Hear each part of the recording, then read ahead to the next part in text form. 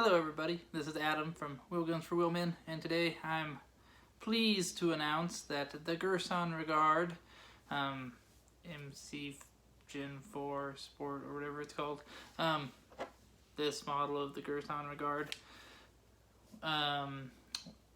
made it to 1,000 rounds with very few problems, and so I'm going to do a little bit of a review here. First thing I'd like to say is it is reliable enough, in my opinion. At around the 200 round mark, it had one malfunction, and the gun is clear. And that malfunction was a stovepipe and a double feed induced at the same time. And so it was locked open like that with a round stovepiped and another round fed in and another round kind of trying to feed. And so that happened at the 200 round mark. And then it happened again just this past Saturday at a USPSA shoot. Happened halfway through a stage, and that's around the 1,000 round mark. It's currently at 1,021 rounds, all different types of 9mm ammo through it. And so 2 out of 1,021 rounds, I had a failure. Could have been caused by me keeping my thumb too high, and the slide could have just had some friction from my thumb, and it may not have cycled. That could cause a failure to completely eject. Could also be me limp wristing it. The malfunctions are the same malfunction, and either one of those could be explanation. So it might not be the gun itself. Could be underpowered ammo.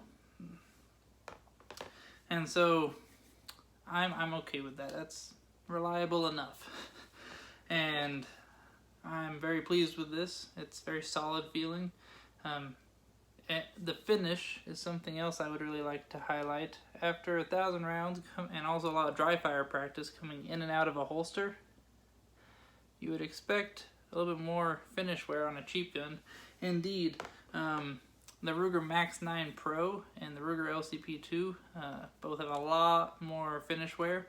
I've carried the LCP2 for 5 years, mind you, but the Max 9 has half as many rounds and way less, coming in and out of a holster. And so, quite frankly, I think Ruger just has kind of shitty coating on their firearms. Get out of the sun here. I think that coming from Turkey, I had low expectations, and that's probably why I'm so happy because this was under $500, and it's run great. Clearly, a Langdon Tactical Beretta or M9A4 would be a little bit nicer to own, but for the price, I really can't complain. The trigger, it's a little heavy on the double action pull. Single action pull is also not the best, but it's by no means bad. I've had Tauruses and other Turkish guns, and the triggers have been very bad. This is kind of like what you'd expect from a low-end actual Beretta. And so I would like, of course, as I mentioned just a couple seconds ago, Langdon Tactical Beretta, shorter trigger reset. Because when I'm doing these USPSA shoots, I'm not letting the trigger out enough because I'm used to my old pistol that I used a lot, my Walter PPX. It had a much shorter reset, so I think that I'm just going to have to learn to deal with this one for now until I can afford a nicer one. But the finish on this, about the same as my Walter PPX and Walter PPS M2, I would say. The Walter finish, it's great. It looks brand new. Both of those guns looked brand new after, over 1,000 rounds. And this is similar. So, yeah, I'm very pleased with it. That's all I can really say. Please like and subscribe for more reviews and such. Thanks.